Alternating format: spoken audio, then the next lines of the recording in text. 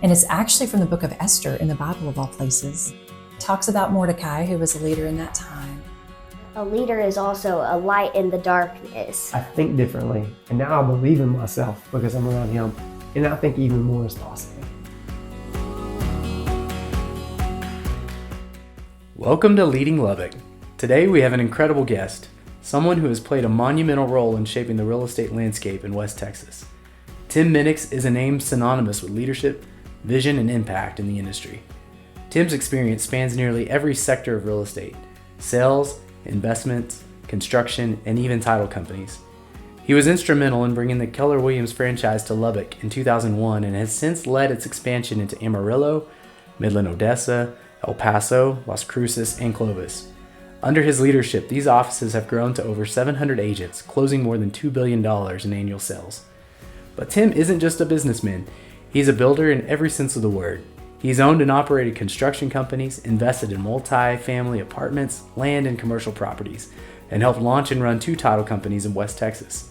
And beyond the numbers, his true passion lies in helping others grow, coaching and mentoring people to build wealth, unlock their potential, and achieve their biggest goals. In this conversation, we're diving into Tim's journey, how he got started, the lessons he's learned, and the mindset required to succeed in real estate, business, and life. Whether you're an aspiring entrepreneur, a seasoned professional, or someone who just wants to think bigger, this episode is packed with insight and inspiration. Let's get into it. Welcome to Leading Lubbock with Tim Minix.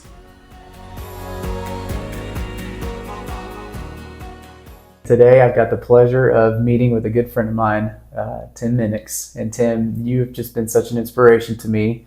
One, I got to watch you lead firsthand several years back, and I've got to watch you be a husband. I've got to watch you lead companies, lead agents, and one, just want to tell you the respect I have for you in leadership, not just in the business world, but in life. So thank you for joining us today, Tim. I'm so excited that not only I get to hear what you're going to talk about today, but we get to put that out for so many people to be influenced by what you're doing and who you are. Well, Ruben, thank you. I appreciate you and respect you at such a high level, and so I'm honored to be here. Well, thank you, Tim. Well, it's all about leadership, right? And This is why we're here today. I want to be able to dive into your journey, your story, the things that have made you who you are today, and what you're learning and what you're growing through right now, and just what your vision and leadership looks like. So we're going to dive in. All right, let's do it. So to you, Tim, what does effective leadership look like, and how has that evolved over time?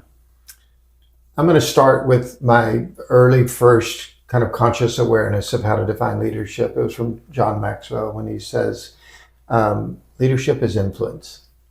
And that's evolved a bit into some specific ideas around that concept, primarily from Gary Keller.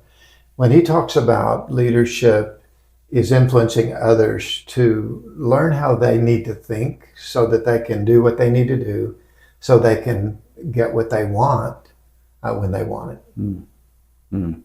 I love that. So just the layers of that, starting with influence, and then this process of thinking, doing, wanting, and getting what they want. That's right. And so there's this connection between, I hear a connection between influence and wants, like desires, right? Dreams, maybe.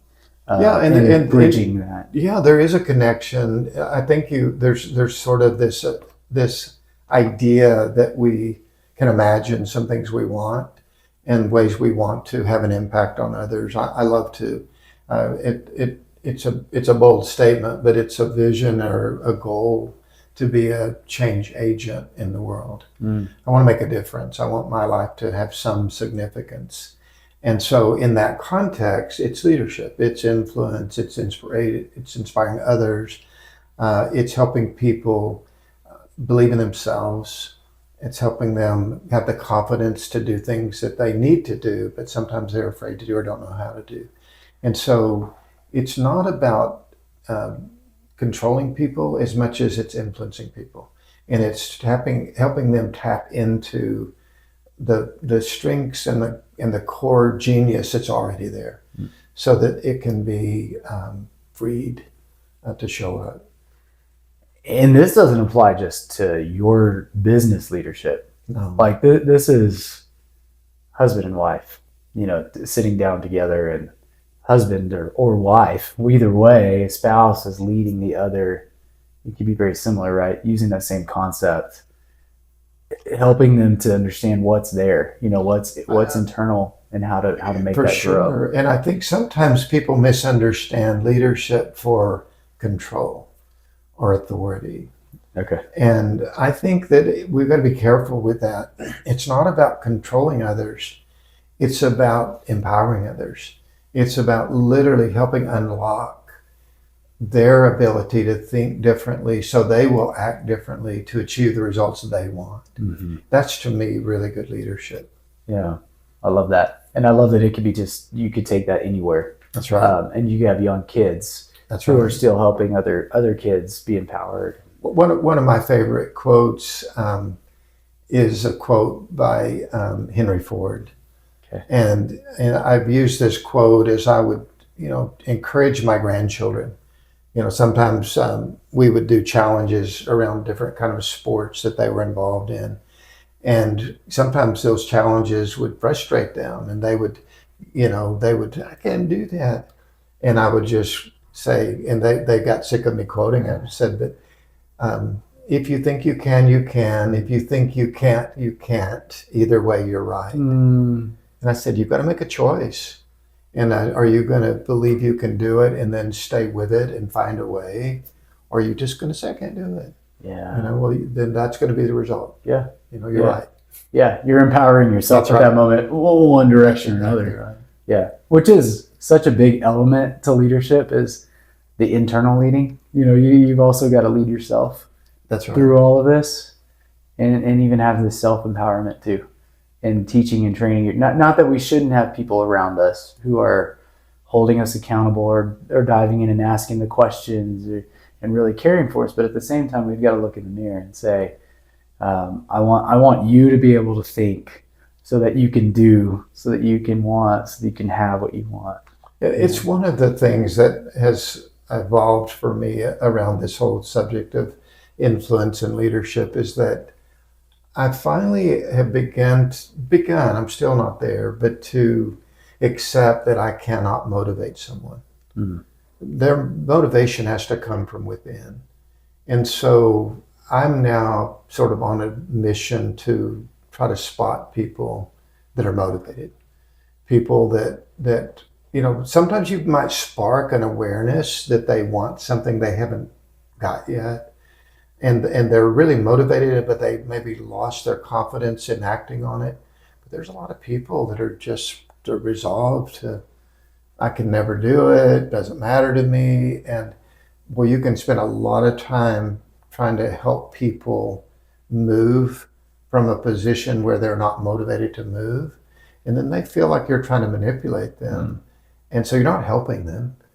And you think you are, but you're not. You're just frustrating them and they feel judged. And so now it's like, I'm going to allow people to decide, are they really truly interested in changing? Doesn't matter what area of life it's in.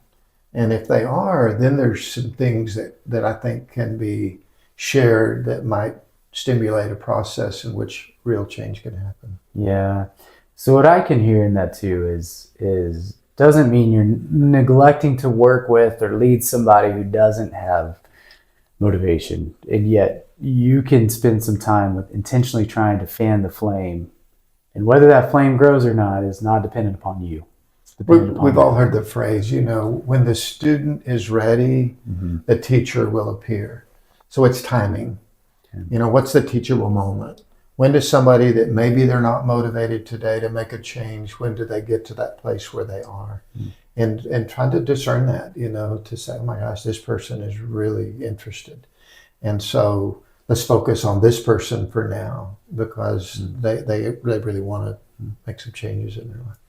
You can hear the gospel in this too. I'm thinking even Jesus' life and his journey. I mean, he was a seed planter. Yeah. Right. He's planting all these seeds, but he's not always going super deep with every seed he plants. And yet there are some that are already starting to emerge, and that's where he's pouring the water into in that season. And I think too, we're seasonal people. And I think there are probably times I can't hear in that moment the things I need to hear. But a year later, that seed was planted, and now it's there it is. It's starting to merge out, and then I'm more receptive at that time. So maybe it's not even just the person and whether or not you're motivated or not motivated, but are you motivated in the season? Yeah, or are you I not think that's motivated in the fair. season? Yeah. Yeah, that's good stuff, Tim. All right, so can you share some specific ways that you embody leadership in your daily life? And then what practices or habits? I know you're a habit guy, so what practices or habits do you find most effective? The simple habit that I think has had the most consistent impact on me in a positive way is what I call my daily routine. And my daily routine consists of Gary Keller calls it the energy plan. But the energy plan is very simple. It's, do you spend some time with gratitude, with prayer, with meditation? Are you getting yourself sort of focused on the concept that, we're here and we're experiencing this physical existence as a temporary thing, but we're truly eternal spiritual beings. And so it helps us answer that question and stay in tune with sort of that choice we make. The second thing is that we need to have relationships in our lives that feed us, in which we're able to give to others and they give to us. And so are we taking care of those key relationships? Another part of that daily is physical health. Am I eating properly? Am I doing physical exercise that is consistent with what I need to do at whatever age or stage of health I'm in order to be the best I can be? Yeah. And so you have that. And then he talks about, and I love this, that you also spend some time planning and putting things on your calendar. And so, I have a practice of answering a question around 3 key areas of my life. And so every day I make an attempt to ask myself 3 questions. One is, what's the one thing I can and will do today in order to improve myself? So it's self-development. It's just saying, man, I've got to grow. I've just got to keep growing. I see myself as a lifelong learner. The more I learn, the more I realize I don't know. And then the second question is, what's one thing I can do today, can and will do today, in order to improve my relationships? And that can go anywhere. Like on any given day, it might be people I'm going to be meeting with specifically. It might go into personal relationships with family. It doesn't matter. It's just sort of whatever comes into my mind. And then the third thing that I ask on a daily basis is, what's the one thing I can and will do today in order to increase my wealth? And so it's a very simple question about, how do I grow my net worth? Wow. And this is a daily. It's a daily. And again, routine. Do I do it perfectly? No. Before we started this interview, I was talking about a quote from James Clear, who was the author of Atomic Habits. And he's, in the context of habits, he said, the first time that you miss doing, the context is miss doing that habit, it's an accident. So one time you miss is an accident. One time you miss is an accident. The second time, it's the beginning of a new habit. Okay. And I've gone through those cycles with my daily routine to realize that, oh my gosh, I'm out of that habit again. And so then it's sort of go back to basics and say, there's nothing that has been singularly more instrumental in helping me feel like I'm continuing to think the way I need to think, to be balanced in the way that I want to attempt to be in all areas of my life, and to make progress than my daily routine. And so right now I'm literally in the midst of another commitment to do my daily routine for 66 days in a row, just to reestablish that habit. I've had the habit on and off for years. And yet, I found myself a few weeks ago getting sort of out of that habit of doing it every single day. Yeah. And so then I realized what James Clear said was right. Yes. It's yeah. really easy to get distracted and sidetracked from doing the very thing you know you need to do. Yeah. And we are creatures of habit, right? So if we're not intentional about the habit we want, we're building habits in other areas of life. And I don't know that we realize that in the moment. Yeah. I think it's several days, not days, months or years later that we look up and wow, that habit of waking up at 5 to do this turned into a habit of waking up at 7:30 to do that and rush out the door. That's my new habit, but it was not intentional. Right. But it's a building still That's of right. that same thing. And there's a book sitting here that wasn't the book that you were going to talk about later, but you and I are both fans of this book, Yes. The One Thing. And so I want to plug that real quick because Yeah. Well, Gary you Keller heard it in is my language, right? I heard it. Yeah. So 66 days, building a habit comes from What's the one thing I can and will do today in order to, those questions. and so, I've tailored it a tiny bit, but it's like when you do this, it makes everything else either easier or unnecessary. Mm-hmm. We've done a lot of planning with some of the businesses I'm involved in, and we get back to those questions. What's the one thing we could do in 2025 that makes everything else either easier or unnecessary? And so when you start identifying those big rocks that you're fully devoted to, then everything else literally does become easier and necessary. That's right. A good friend of mine, Kathy Crockett, she's actually the first episode of this. Okay. She mentioned just yesterday, I heard her talking about this concept of a word, having one word.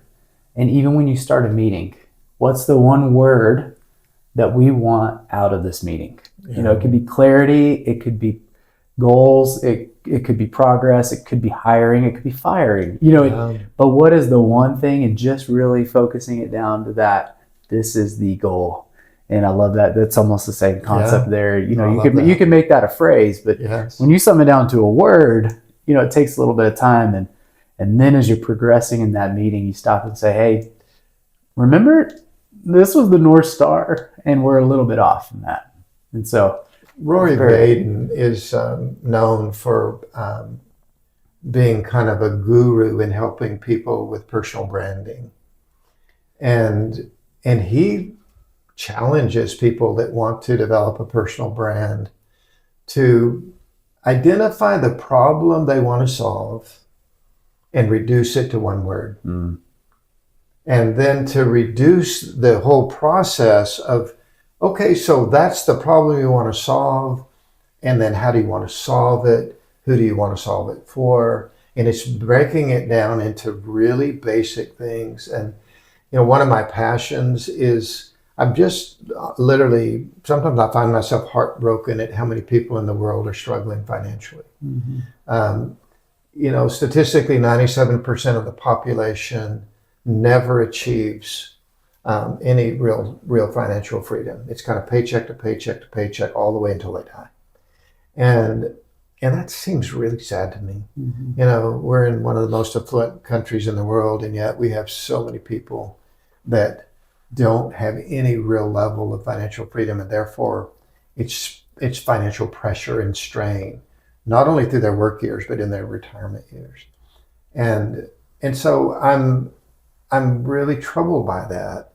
And, in the spirit of wanting to help solve a problem, I'm really working hard to try to find the language, the models, and the systems to help people understand that growing wealth and achieving some financial freedom is not meant exclusively for the top 3%. It's available to anybody. And so the path to wealth is simple, not easy. And so I'm trying to really simplify models and help them be believable and accessible so that people can get out of debt. They can fund the priorities in their life. They can have wonderful memories with their families. They can live a wonderful lifestyle. And they can also be setting themselves up for a secure financial future that provides freedom. And the legacy that leaves, because then it impacts the families that they're a part of. And hopefully they're watching mom and dad do the things that set them up and the memories that were made because of how they were set up. And then hopefully that just So the work you're doing is almost just like a wildfire. It's catching one tree that hopefully catches a few more, but in such a good way. Yeah, I do believe it's, I'm not very good at, I don't know exactly all the secrets about how to have ranging influence. Mm-hmm. And so I tend to concentrate on the one-on-one conversations, the small group classes. Mm-hmm. I think in some ways that's probably because I just simply don't know how to expand reach. Roy Baden says your value plus your reach equals your reputation. Yeah.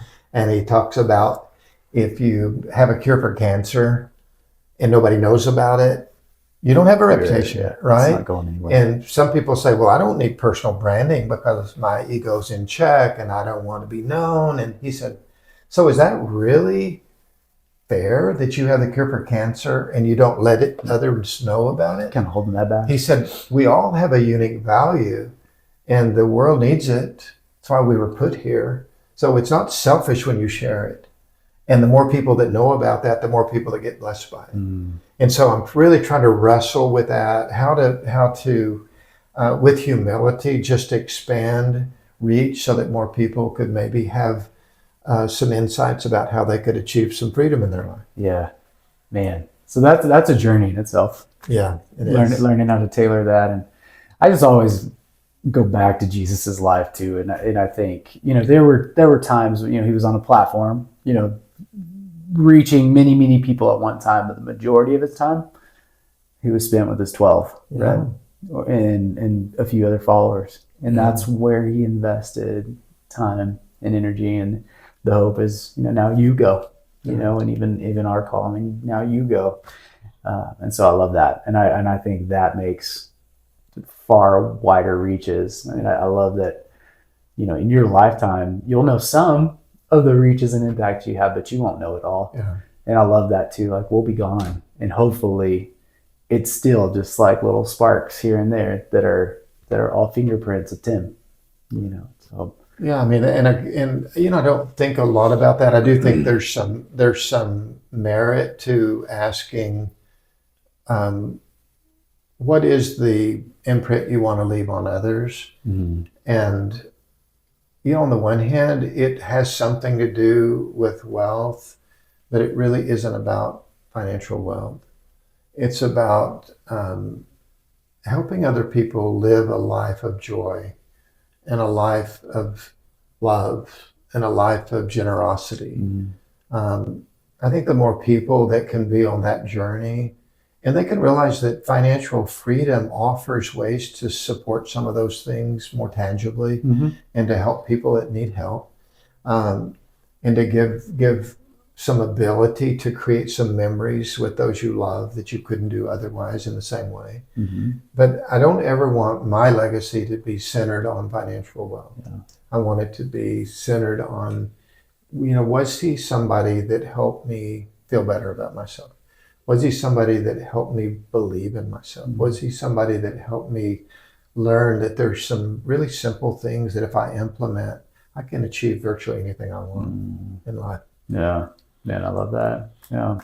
Okay, Tim, so what pivotal moment in your career life has had the greatest impact on who you are today? Boy, I mean, the first thing that comes to mind is my dad. I don't know why I got this stuck in my brain. He said, son, you can do anything you want to do. And so I grew up around that positive kind of affirmation. And for some reason, I believed it. Was that a repetition that he would tell you over and Yeah. over again? I don't even remember the specific moments, but I remember the theme of growing up with a father who said, you can do anything you want to do. Whatever you set your mind to do, you can do it. If it's worth doing well. And those were just things. I'd rather sell popcorn on a street corner than work for somebody else. Those were things that I grew up just feeling sort of empowered to be an entrepreneur, empowered to figure out how to solve problems. When I became a young adult and I was began to go to him and I'd say, Dad, I really want your advice on something. They literally almost every single time he'd say, son, you know more about that than I do. just follow your own heart, do what you think is best, and it'll work out. And I said, no, Dad, I really want to know. And he said, no, I'm telling you, just trust yourself and do what you think you need to do. Well, I was beginning to learn without knowing it that he was empowering me to be a problem solver and to own the result. Didn't always turn out great because I didn't always make great decisions, but I learned from it. Yeah. And then sometimes when it turned out okay, then I could feel like, oh, man, that worked out okay. And so I learned how to deal with the result and the consequence and to own it. I can imagine too that he helped when maybe it didn't go well. Oh, But you at least had like, he didn't know. He would say, what did you learn from that? Yeah. It was like, what did you learn from that? Sometimes, I mean, literally, I became a partner with him building houses, and I made some awful mistakes. And so, I mean, we've had like 8 or 10 houses that were, we started digging foundations and pouring foundations and slabs and started framing at all different stages on one street. And just to find out that we put them on the wrong setback. We put them on 25 foot from the property line at the street, and they're supposed to be 35 feet.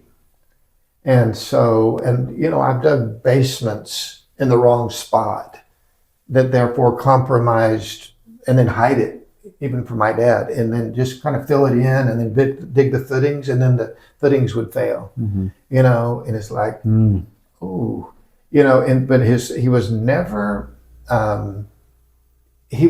so critical that it crushed me, but he was always asking the question, what did you learn from that?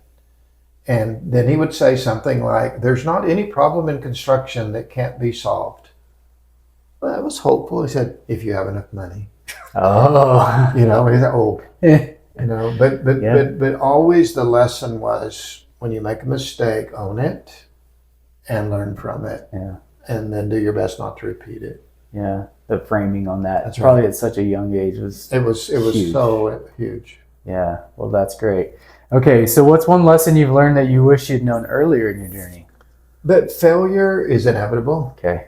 I literally, I was horrified with failure. And that's why I tried to hide it in the early days. If I made a mistake, I'd want to just hide it and cover it up. And then I learned, no, don't hide it and cover it up. Let's just deal with it. Let's get the truth out there with whomever it impacts, and let's figure out a solution together. And that failure is going to be your greatest opportunity to learn.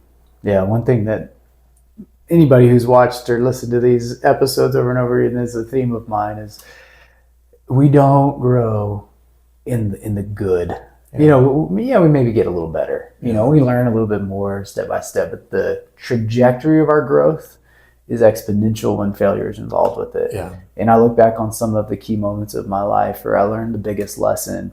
It was not because I read a book about it. It's because I had the trial that I had to go through and then implement or learn a new strategy because of that trial.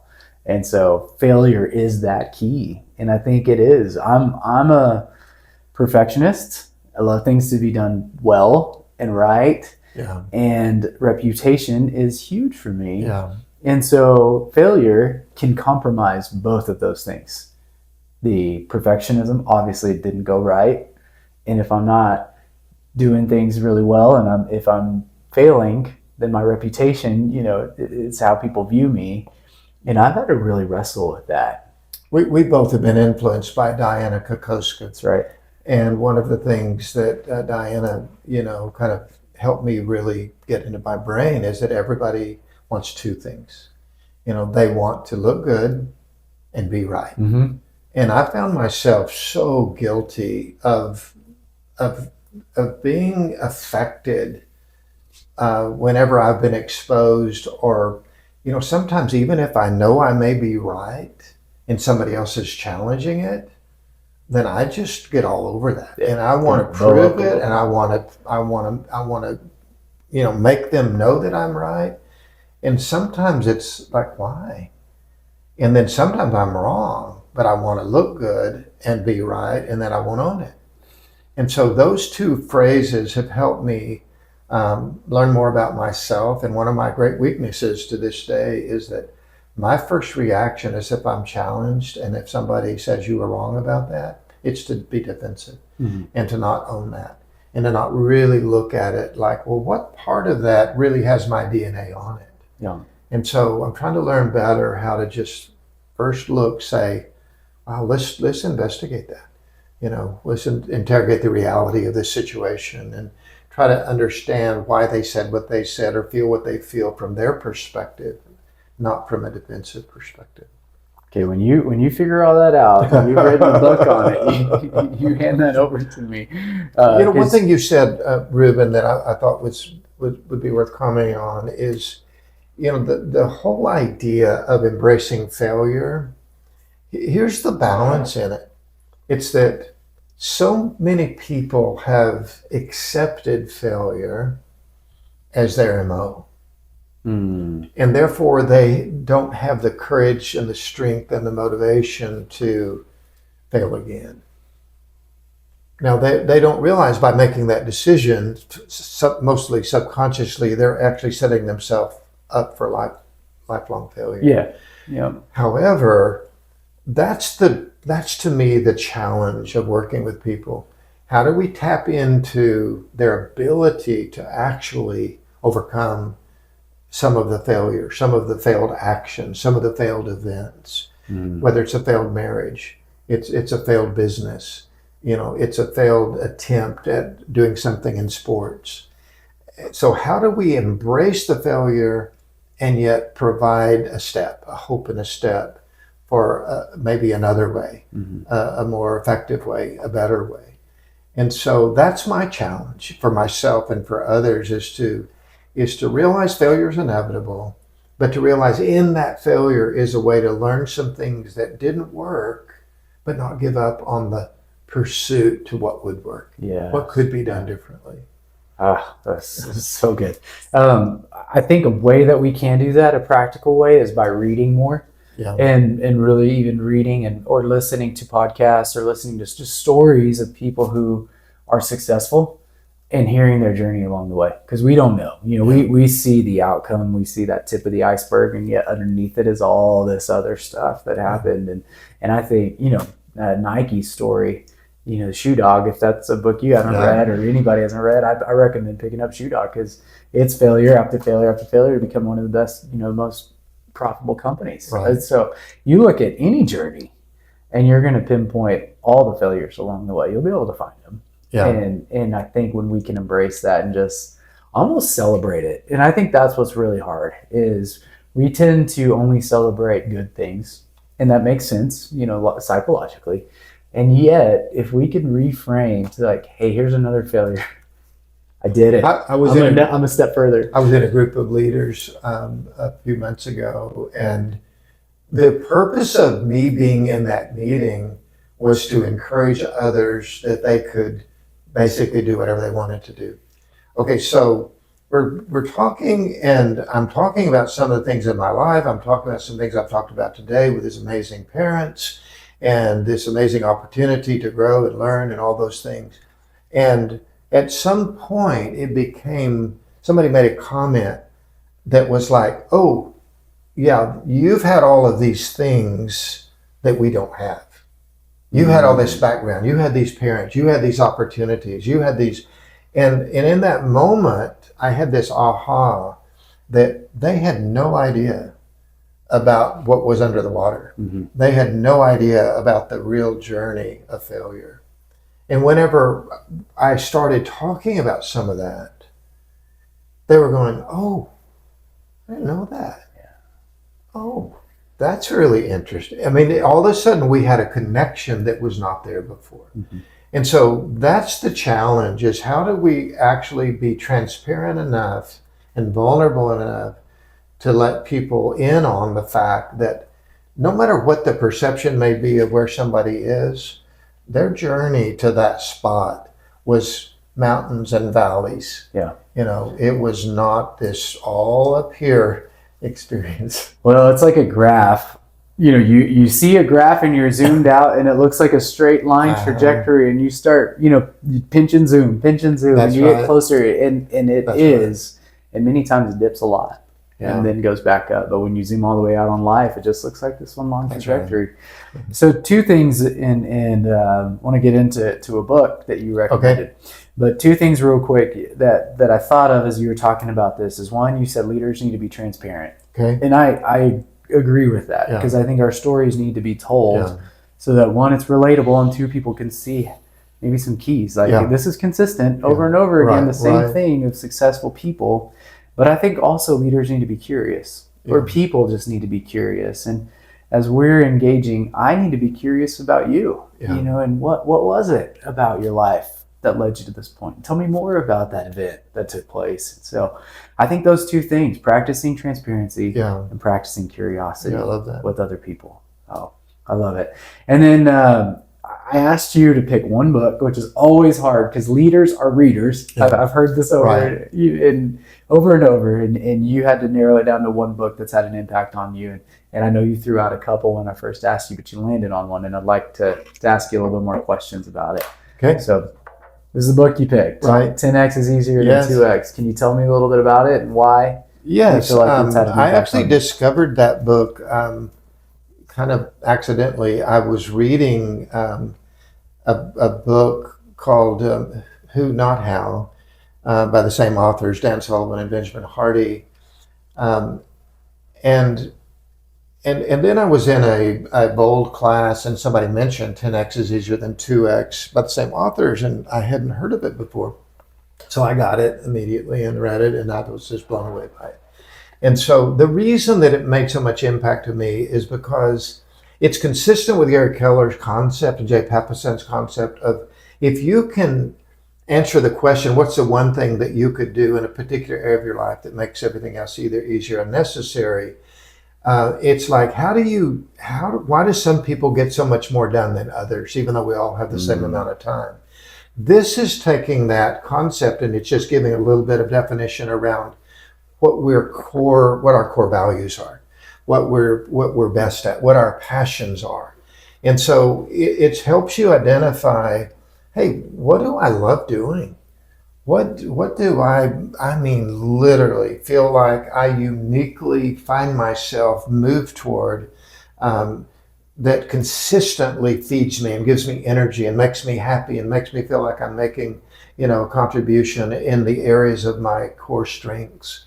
And then to give yourself permission to let the rest go. And then to start thinking about, how do you create organizations? And that's what Dan Sullivan is known for. He has created this network of entrepreneurs that have achieved at remarkable levels by focusing on what they uniquely do best. And then building organizations around those kind of people.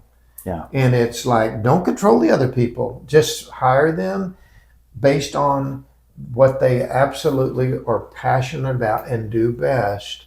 And then your organization begins to be a 10X organization. Yeah. And so the concept is that if you think about just doing twice as well as you did before, our brain goes to, oh my gosh, it's just twice as much work. And so we bog down. But when we think 10X, like, one of his exercises is whatever you made last year, add a 0 to it. And then your brain says, okay, how am I going to achieve that? And it puts us in a whole new creative spot. And so we present a problem to our brain and our subconscious, then we start searching for answers. Now we're searching for different answers. And so 10X is the way, okay, I've got to focus only on what I'm great at. I've got to be around people that do what they do and focus on what they're great at. Now my organization is thinking about these goals that are massive compared to just getting by or making a little progress. Yeah. Oh man, that's so good. Because there's a graph in the one thing, and it's got questions and answers, and the level of your question, there's a curvature to it. The level of your question connects to the level of your answer. Yeah. So it's really this idea of stretching your mind to asking bigger questions. By asking bigger questions, you get bigger answers. So I heard that. Yeah. So again, this constant connection between these books. But I think this idea of finding what you're passionate about, doing what you're good at, and putting your resource and energy into that, I think that feels good. And I think that's a great concept.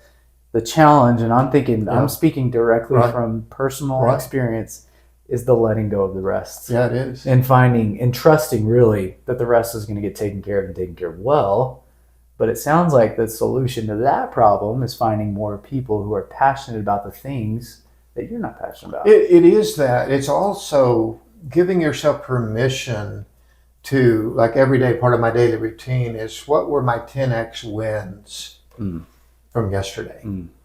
And so they have to be in this category of significance, or they don't get to be written down. Okay. And so he says, identify your 3 10x goals each day, and then reflect on what were your wins when you look back on the day. And he said, just do 3 things. Do 3 10x things a day, and you're going to be fine. Man. You know, and so that's putting that into practice. It's like, how do I, because he's literally giving you a structure to give yourself permission to then say, I've done enough. Gary Keller's doing the same thing. When he says, win the morning, win the day, you get all these things done by 11 o'clock in the morning. Don't worry about the rest of the day. Yep. You know, it'll take care of itself. There'll be plenty of stuff stirred up in the first few hours to carry you through the rest of the day. If it has to get done, it will get done. It'll get done. And if you can't do it yourself, delegate it. Yep. You know, and so you start learning the natural sequencing of, okay, man, I've got so much business going on, I need leverage. And so you're not artificially trying to create leverage. You're trying to say, I got these real problems going on. I stirred it up enough. I stirred up enough, and now I need help dealing with it. Man, that's good. So it says how world-class entrepreneurs achieve more by doing less.